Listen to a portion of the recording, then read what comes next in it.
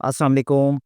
آج ہم اپنے 100 شہروں کی سیریز کے سفر میں 11ویں شہر یعنی اکاڑا کی طرف رواں ہیں۔ اکاڑا لاہور سے ساہیوال کی طرف جائیں ملتان والی روڈ کے اوپر تو یہ تقریباً 100 کلومیٹر کے فاصلے پہ ہے، اور یہ اس کے شمال کی طرف دریائے راوی اور جنوب کی طرف دریائے ستلج ہے۔ یہ دوآب جو ہوتے ہیں تو دریا یعنی ان کے درمیان یہ زمینیں ہیں۔ جو زمینیں دوآب کے بیچ میں آتی ہیں وہ بہت ہی زرخیز ہیں، کیونکہ ان کو دونوں طرف سے جو ہے وہ پانی میسر ہوتا ہے دریا کا۔ اور اس میں ایک اور بھی چیلنج ہوتا تھا پرانے وقت میں کہ جب دریا میں سیلاب آتا تھا تو ان علاقوں میں سیلاب کا پانی بھی آتا تھا، یہ پرابلمز ہوتے تھے۔ اوکاڑا کا جو نام ہے وہ ایک درخت ہوتا ہے جو بیسیکلی دریائی علاقوں کے قریب اگتا ہے، اور جس کے پتے بالکل سوئی کی طرح کے ہوتے ہیں، اس کو اوکاں کہتے ہیں۔ تو یہاں پہ کیونکہ اوکاں کے درختوں کے جنگل تھے انگریز دور میں، ان جنگلوں کو ختم کر کے تو یہاں پہ جب زرعی آبادی کی گئی تو یہاں پہ یہ شہر آباد ہوا۔ یہ پاکستان کا جو 23واں بڑا شہر بنتا ہے آبادی کے لحاظ سے، اور یہاں پہ زیادہ تر وہی زراعت سے اس کا تعلق ہے۔ انگریز دور میں یہاں پہ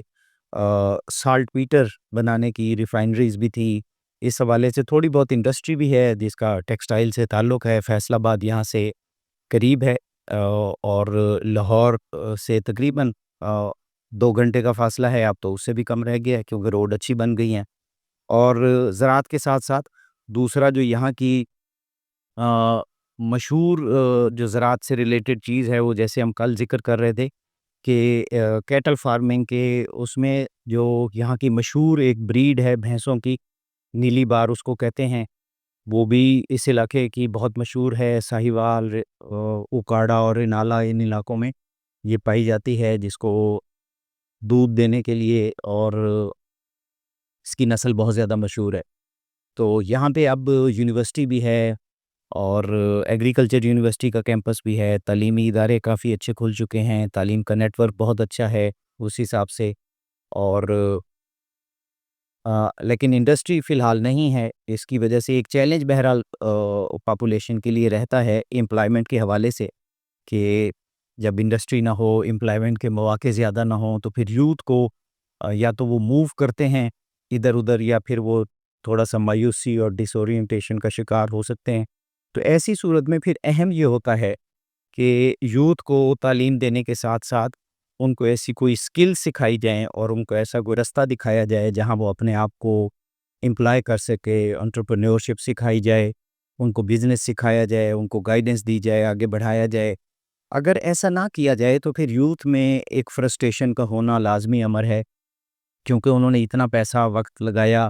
تعلیم حاصل کی اور سنہری مستقبل کے لیے، اور وہ اگر اس کی اپرچونٹیز جس انداز سے ان کو تربیت دی گئی حاصل نہ ہو رہی ہوں تو الٹیمیٹ انجام پھر مایوسی ہی ہوتا ہے۔ تو یہ تو خیر پورے ملک کی اوورال صورتحال اس طرح سے ہے کہ جس طرح کی ہم ایجوکیشن دے رہے ہیں اس کے نتیجے میں